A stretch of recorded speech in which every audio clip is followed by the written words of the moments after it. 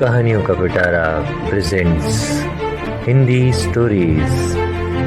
Story teller Varun Chopra. आज की कहानी का नाम है दिमाग को ठंडा रखिए। एक बार एक आदमी किसी राजा के दरबार में पहुंचा और उसने कहा, महाराज, मेरे पास 2 रत्न हैं, जिनमें से एक बेशकीमती हीरा और दूसरा साधारण कांच का टुकड़ा। यदि आपके दरबार में किसी ने यह बता दिया कि कौन सा कांच है और कौन सा सच्चा हीरा, तो मैं ये हीरा आपके खजाने में दे दूंगा, अन्यथा आपको 5000 स्वर्ण मुद्राएं मुझे देनी होंगी। राजा को ये चुनौती पसंद आई और दरबारियों को हीरे और कांच में फर्क करने का आदेश दिया। बड़े से बड़ा सूझबूझ वाला दरबारी आया, लेकिन कोई भी हीरे की परख नहीं कर पाया। अंत में राजा ने हार मान ली और उसे 5000 स्वर्ण मुद्राएं दे दी। अब वो आदमी दूसरे राज्य पहुंचा और वहां भी उसने यही शर्त रखी, लेकिन वहां भी कोई फर्क नहीं कर सका और शर्त के मुताबिक राजा को 5000 स्वर्ण मुद्राएं देनी पड़ी।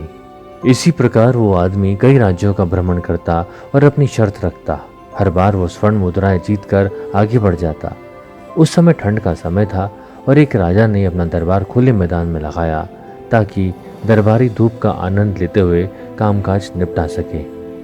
वो आदमी दरबार में पहुंचा और अपनी शर्त दोहराई। यहाँ भी राजा ने उसकी चुनौती स्वीकार कर ली।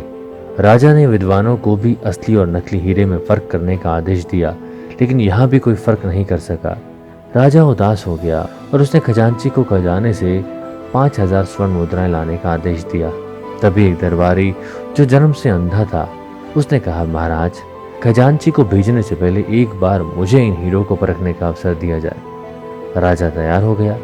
वो अंधा दरबारी बारी बारी से दोनों को छूकर एक टुकड़े की तरफ इशारा करके बोला, महाराज, ये है सच्चा हीरा और दूसरा वाला साधारण कांच का टुकड़ा, जिसका कोई मोल नहीं है।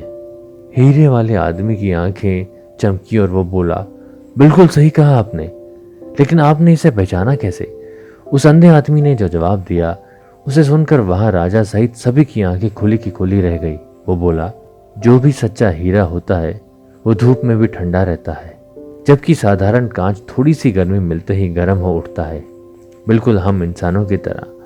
दोस्तों, यदि हम बड़ी सफलता मिलने पर दिमाग से शांत रहते हैं तो हम उच्च कोटि के इंसान हैं, और यदि हमारा दिमाग थोड़ी सी सफलता मिलते ही 7वें आसमान पर उड़ने लगे तो ये समझने की ज़रूरत है कि कहीं हम उस सस्ते और साधारण कांच की तरह तो नहीं हैं। यदि हम इस फर्क को समझ पाए तो हमारी छवि एक बेहद लोकप्रिय मित्र की होगी। कहानी समाप्त।